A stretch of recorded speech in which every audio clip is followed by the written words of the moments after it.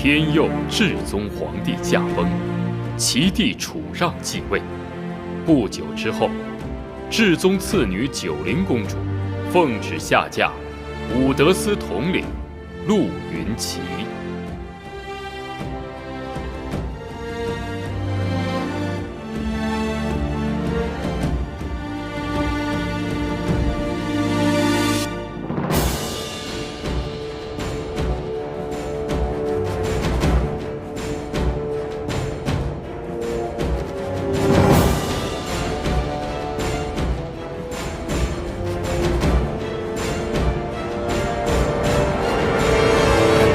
参见陛下，吾皇万岁万岁，万万岁！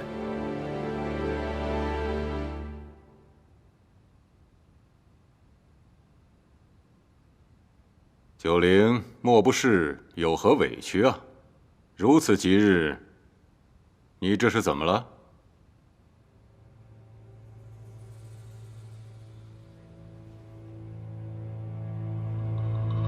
楚让，你为何要害我父皇？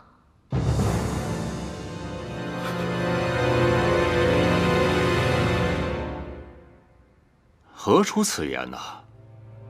我已经查明了真相，我父皇驾崩是因为惨遭你的毒手，手足相见，你真的好很多。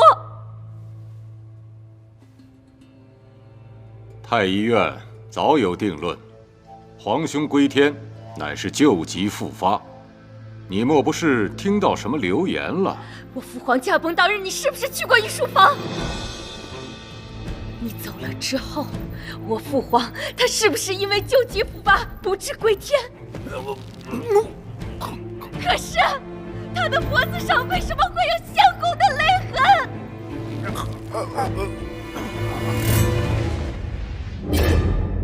就是他，楚让，是他杀了我的父亲。你是受何人挑唆了吧？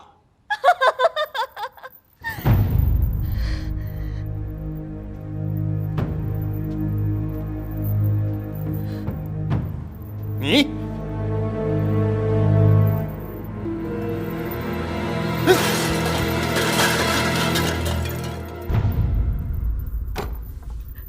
是你杀了我父皇。是。你要如何呀？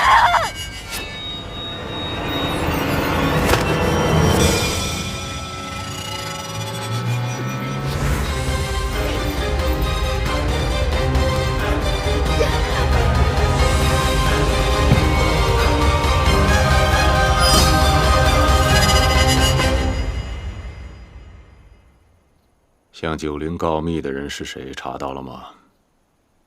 九龄怎么样了？禀陛下，动了大刑，可他就是不肯招供。哼，老奴仔细检查了一遍，跑了个丫鬟，叫冰儿。你说这个九龄该怎么处置啊？这个，陛下心里一定早有决断。老奴只是担心，这个楚九龄有个姐姐和弟弟，他们三人会不会共同参与了此事啊？不会，他们姐弟三个里头，九离最是单纯，这九荣尚未成年呢。只有这个九龄，冰雪聪明，心思缜密，最得我那个皇兄的宠爱。老奴斗胆，既是冰雪聪明，那为何还会赐嫁？他若赐嫁成功了，自是了却了他的心愿；若不成，他那是求死。他死了，朕估计舆论也就自然不能拿九离九荣怎么样。你看看，这个孩子简单吗？啊？他可是太不简单了。朕让陆云齐娶她，就是为了以防万一。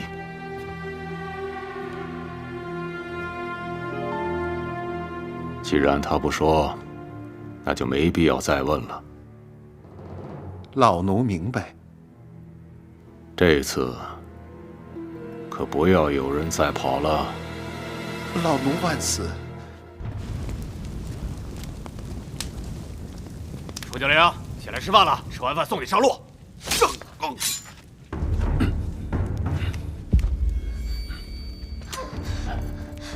父亲，外面狱卒迷晕了，咱们得快。好。九龄，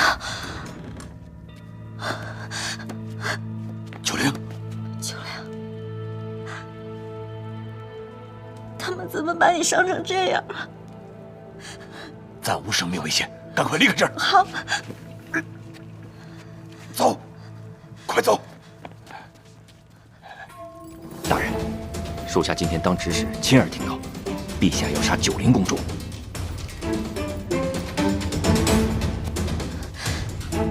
父亲，快些走！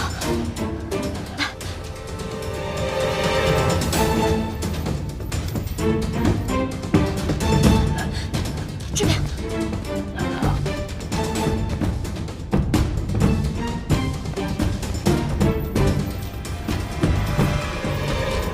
等等，父亲，乌德斯的人发现九龄不见，一定会搜查整个京城，到时候我们谁也逃不了。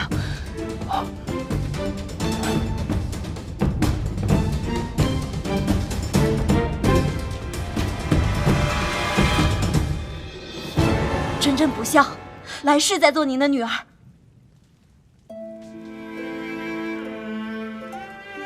九龄，我们随父亲学医数载，早已是一家人。先皇对君家恩重如山，如今能有机会报恩，是我君家之幸。你要替我好好活下去。遭追了！子良，快！大水，快救火！是大人，快！快点，快救火！快点！小梁。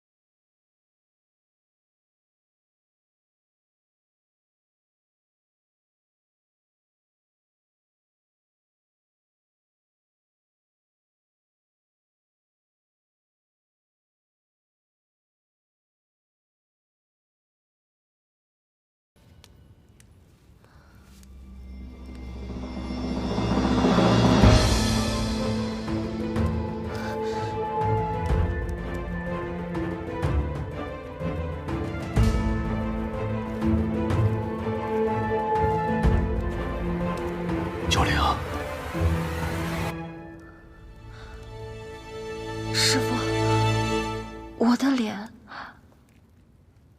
九灵啊，为师用秘方给你换了一回的容貌和声音，只是可惜，你原来的脸和声音。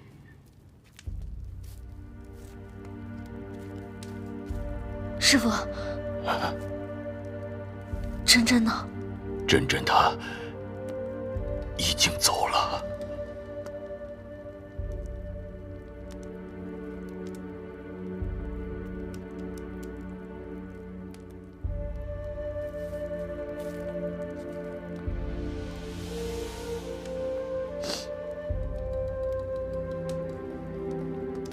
只有真真替你留在狱中，在纵火掩盖此事，楚让才会相信你已经死了。你秘密在我身边学医的这些年，也是我和真真最快乐的几年。先皇对我有恩如天，你落难了，我和真真岂会袖手旁观？九灵，我们君家是自愿报恩的。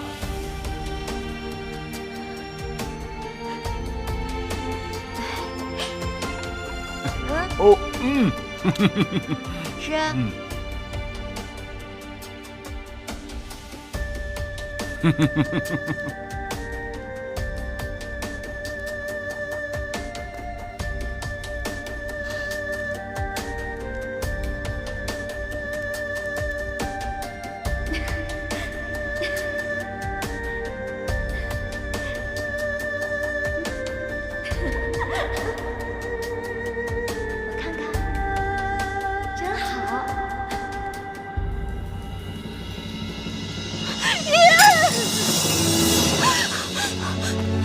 我要去找真真，我要去找真真，你让我去找真真。九灵，你要好好活着，不要辜负真真的一片心意啊！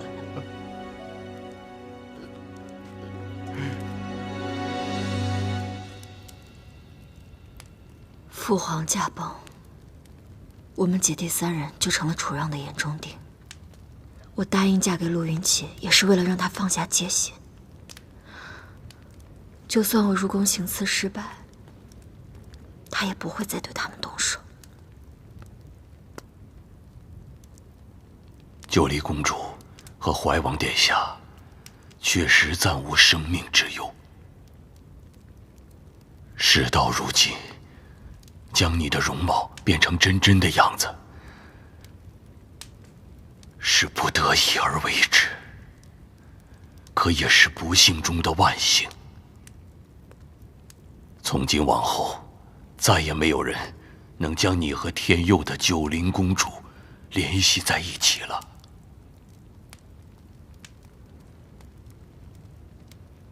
师父有所不知，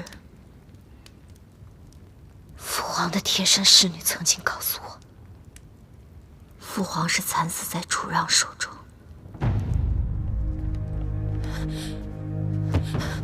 公主，冰儿，你去哪儿了？所有人都在找你。公主，奴婢冰儿有要事回禀。先皇骤然驾崩前，陛下曾带着陆统领秘密入宫，而且与先皇发生过口角，争执得很厉害。争执？他们因何事而争执？奴婢不知争执原因，但我亲眼看见，先皇驾崩后脖子上有勒痕，绝不是太医所言旧疾复发。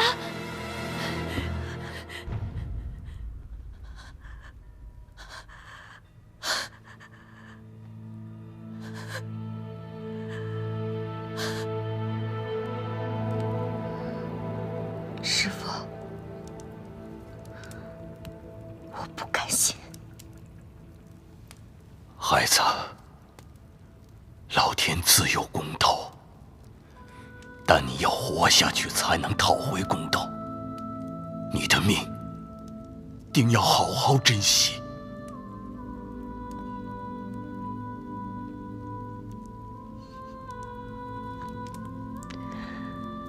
活着。对，活着。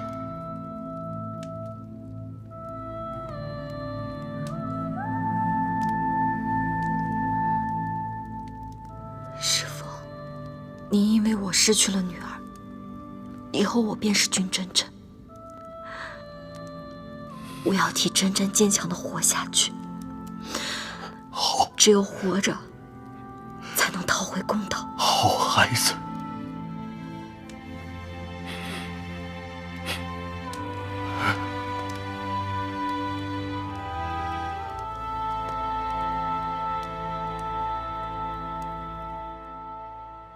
师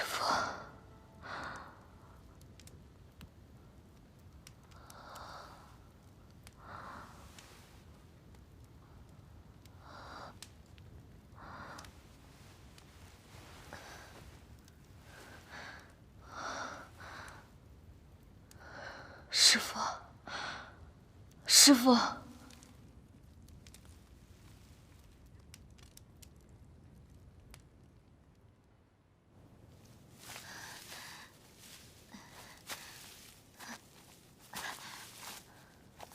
师父。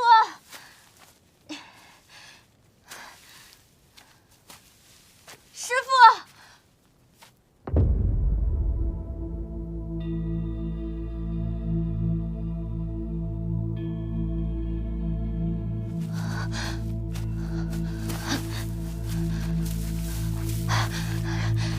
师父，师父，师父，师父，师父。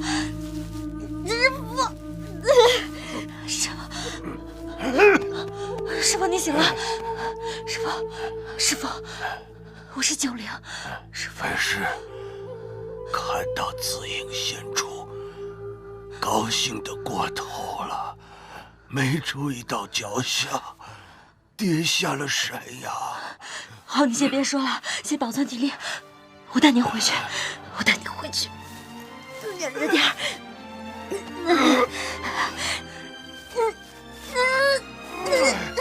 九灵，师父，没用的。来人！九灵，来人！九灵，这是我们君家祖传的玉佩，你拿好了。你记住，以后你不再是楚九灵，你就是君真真。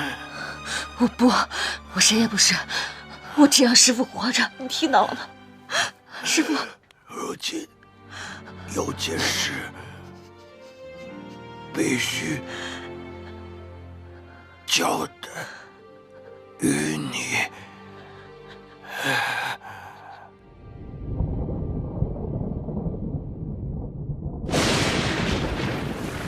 九灵，为师手札里有一枚先皇生前交予我的封条。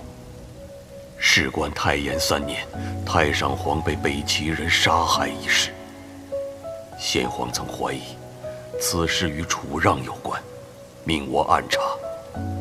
不久后，他却被楚让所害。我想这便是楚让发难的缘由，也是楚让的软肋所在。如今你势单力薄，断不可贸然回京自投罗网，不如先行前往泽州彻查此事。真真的外祖方家在泽州家大业大，是你最好的安身之所。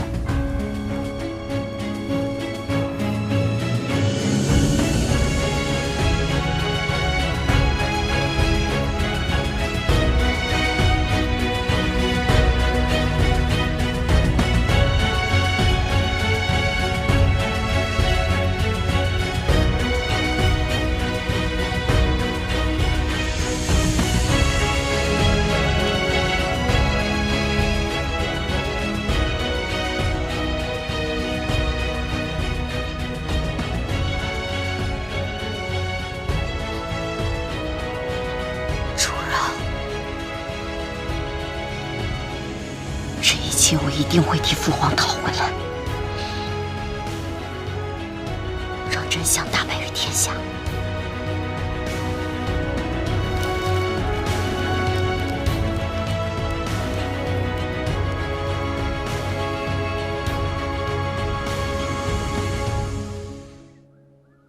往南10里的碧云坡客栈，汝南老宅的丫头柳儿，在那儿等你。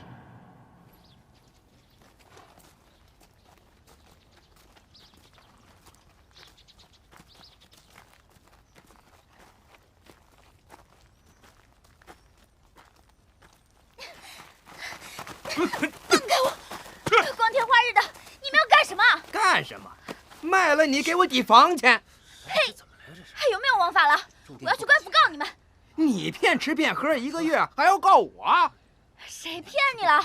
我们家老爷小姐肯定会来的。要不是我钱袋被偷了，谁会欠你们房钱啊？对，编，你接着编，我听了多少遍了都。你家老爷小姐什么汝南君家华佗在世，让你在这里等他们。开始就不该相信你，你个乡巴佬！我们家老爷就是神医在世，就是让我在这儿等，他们肯定会来的。他欠多少钱，我还。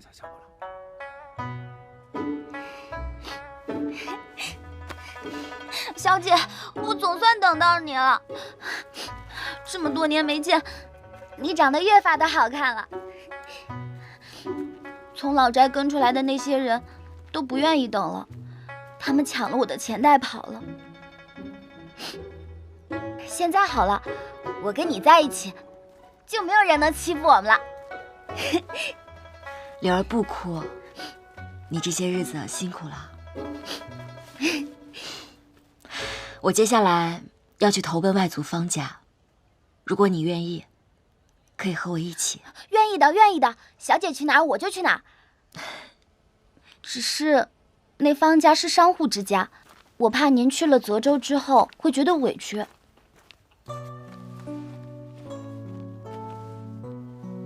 到底是官家还是商户，我并不在意，因为什么身份都不重要。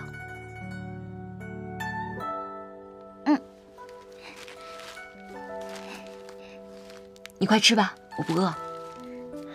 多吃点儿，吃完我们动身去泽州。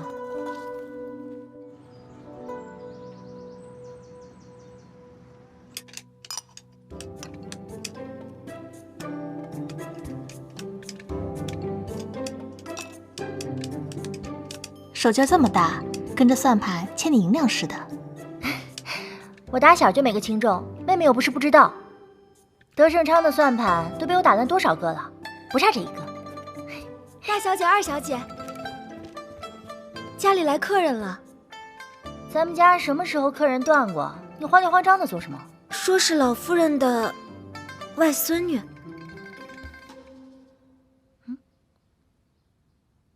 祖母什么时候有个外孙女了？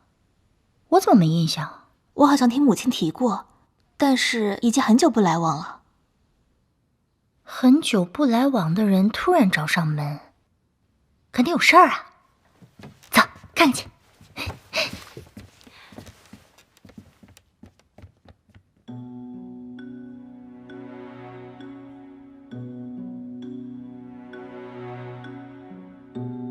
你是玉贤的女儿，君真真。是，祖母。走近些。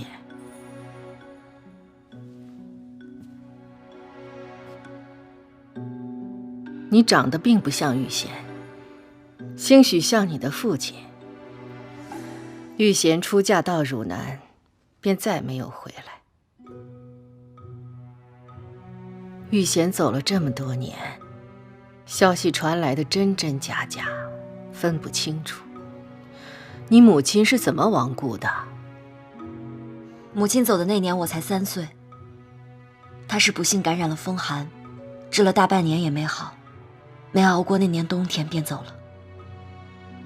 祖母啊，姑母的事儿咱们都不知晓啊，她这空口无凭的，怎么能认定她就是君家的孩子啊？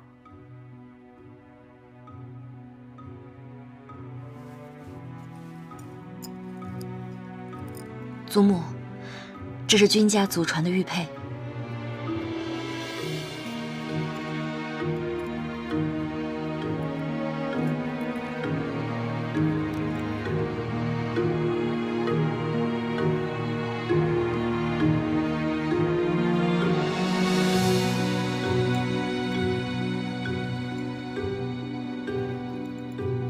珍珍，不是舅母苛责，你也说了这是君家的玉佩，你还有没有别的物件？比如你母亲的东西，或是汝南的文书之类的？切，果然，又是一个来方家混银子的。姐，你就少说2句吧。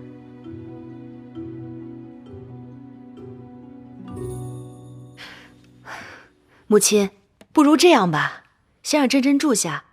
我们再差人去汝南打听，假的真不了，真的也假不了。若是这样对峙下去，怕是会寒了孩子的心啊。那就先住下吧。锦绣，你派人到西阁的院子打扫打扫。你们大家也都下去吧，我再跟他聊聊。是。玉贤离家的时候什么都没带。就带了一个镯子，那是我传给他的，他很喜欢这个镯子。出嫁前，他经常开玩笑说要把这镯子留给他孩子。这镯子他留给你了吗？母亲走的时候，父亲难过不已。那只镯子给母亲陪葬了。你还记得那是一个什么镯子吗？老夫人的首饰多为翡翠，想必她是偏爱翡翠的。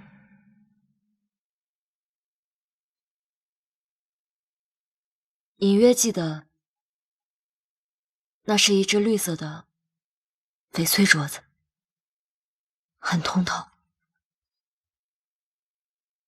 西阁的院子也收拾好了，芍药带他过去吧。谢祖母。是。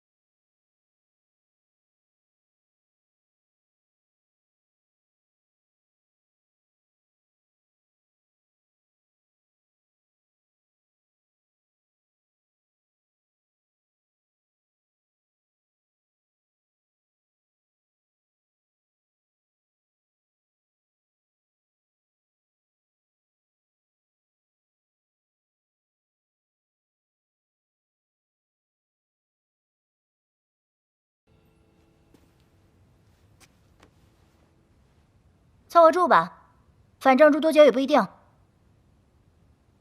珍珍，姐姐就是这样的性格，你千万别往心里去。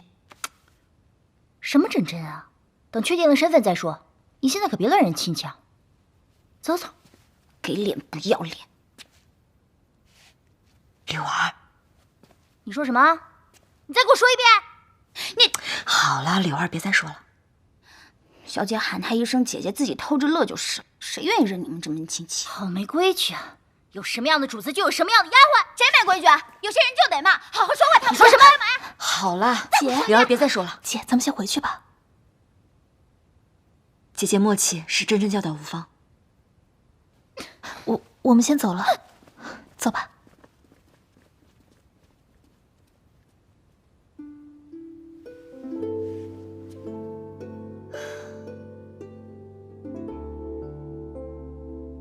小姐，我以后不会了。你呀，我们刚到方家，要谨言慎行才好。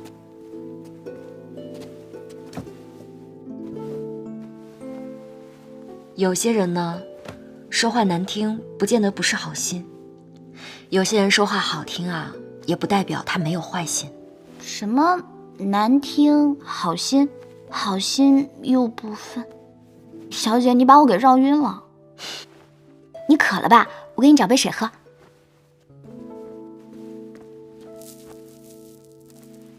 经历的事情多了，自然而然就懂了。喝茶。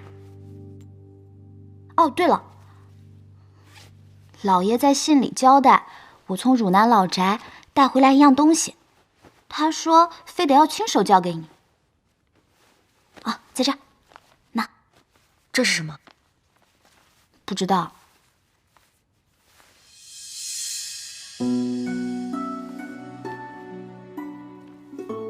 这写的什么呀？如此重要。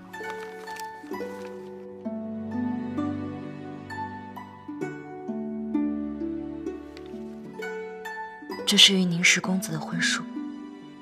宁公子，我知道，他可是多少女孩梦寐以求想嫁的对象。真真若还在世，这也不失为一桩好姻缘，但我绝不能忍。小姐，你不用害羞，咱们全府上下谁不知道这是一门好亲事啊？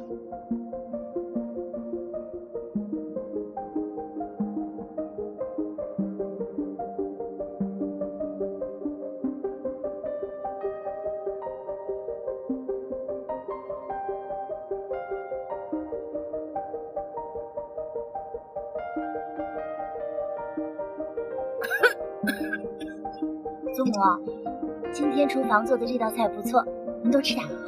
祖母若是今日咳嗽呢，就少吃些油腻的，多吃清淡一些比较好。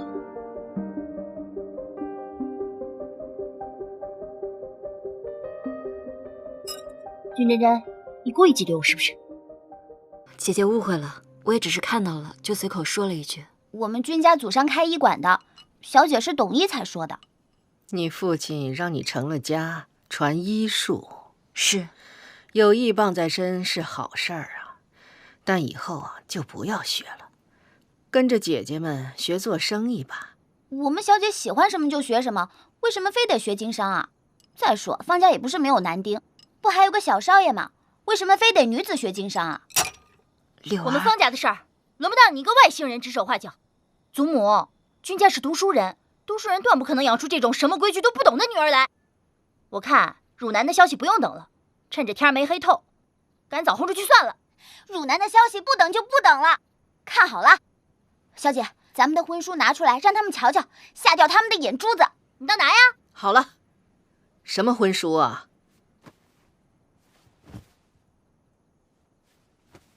你倒是拿呀！怎么，人是冒牌的，婚书也是冒牌的？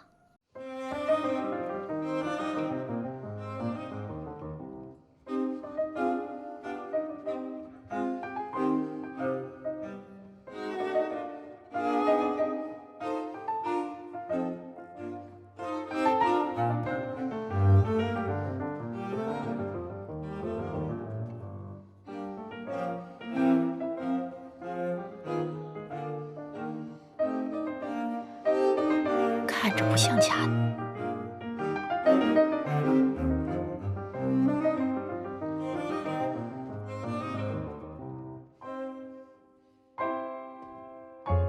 你跟宁家定了亲？是。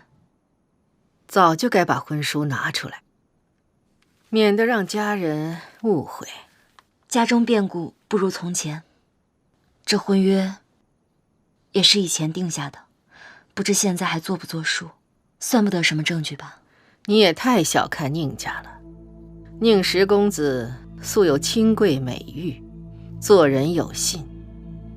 既然是双方长辈定下的婚约，人走了，婚约还在。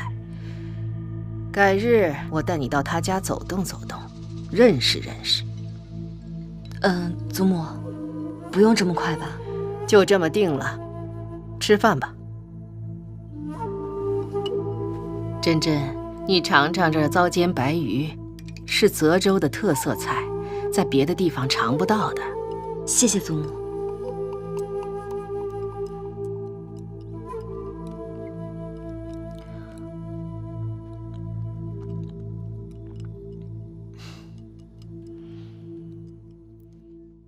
君真真，收拾你的东西，滚回汝南去！我们方家不欢迎你。怎么了，锦绣姐姐？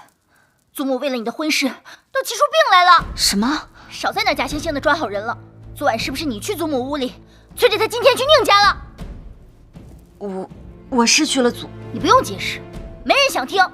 为了你这门破婚事，祖母被宁家的那对母女嘲讽得心口疼，回来差点晕过去。你要是还要脸，现在就给我收拾东西，马上滚蛋！快点换水！你别进去，你还想把祖母气成什么样啊？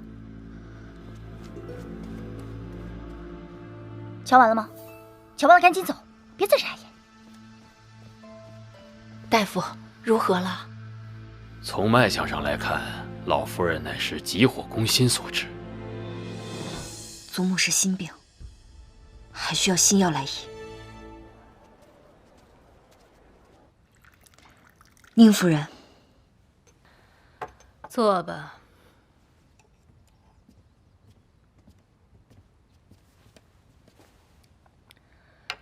你们家老太君上午已经来过了，你来可还是为了此事啊？正是。灵儿，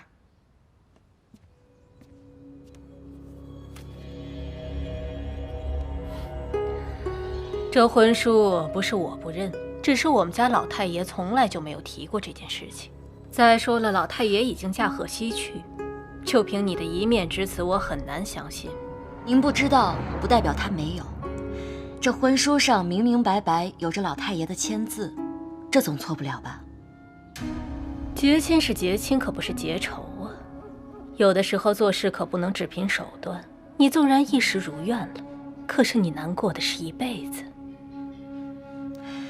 既然如此，那宁夫人打算怎么拿回这封婚书，让我退了这门亲事呢？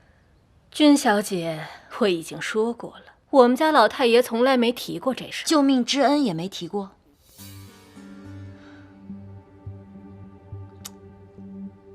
宁老太爷不该是这样的人呢。你，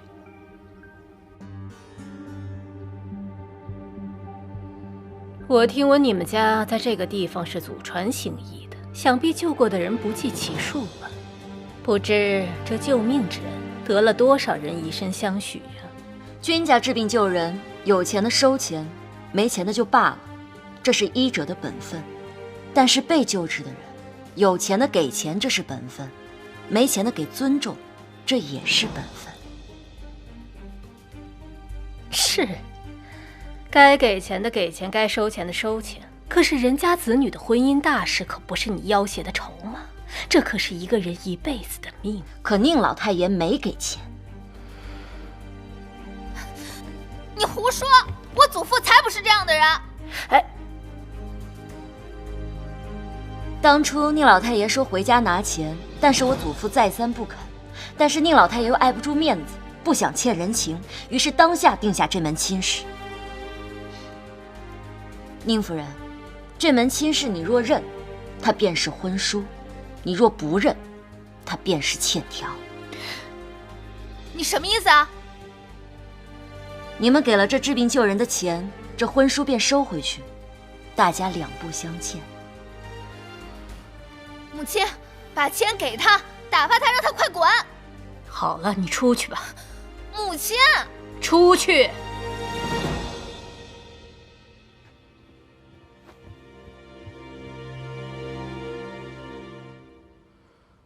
君小姐是不是觉得很委屈？宁夫人也觉得很委屈吧？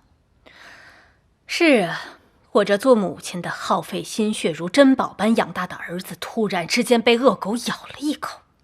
这个牲畜还不知人情，我是打不得骂不得，我打了骂了反倒说我不大度，我真是委屈又心疼啊。但是作为一个母亲，我遇到这种事情我也就忍了，可是子女遇到这种事情我忍不得。君小姐，这桩婚事对你来说是一跃龙门得富贵人生，我们宁家乐善好施，可是扶持你的命运这件事情，我是觉得委屈又恶心。宁夫人，乐善好施也是君家祖传的本分。不管是路边的乞丐，还是上门的灾民，我们从来都是治病救人，不图回报。当初宁老太爷要是说一句没钱就罢了，可是定下这婚书，如今给我们置于恶人之地，我们也觉得既委屈又恶心。有些事是会变的，但有些事是不会变的，比如说人的命。有的人生下来就是个贱命，不是攀上别人就能变成富贵命的。我记得宁家当初第一个功名也是买的吧？你怎么知道？花钱买通了上上下下，攀上了辅学大人，对吗？宁夫人不必慌张，我不会去传播你们的发家史。只是我想告诉你，这世间很多事确实可以花钱办到。当初宁家花钱买下功名，摆脱了这贱民之命，那如今花钱买下这婚书，摆脱贱民之命，不是一个道理？况且2000两足矣。君小姐算得够清楚啊！夫人谬赞了，这生意合算。去，拿2000两来。慢着，2000两是刚才的价，现在变了。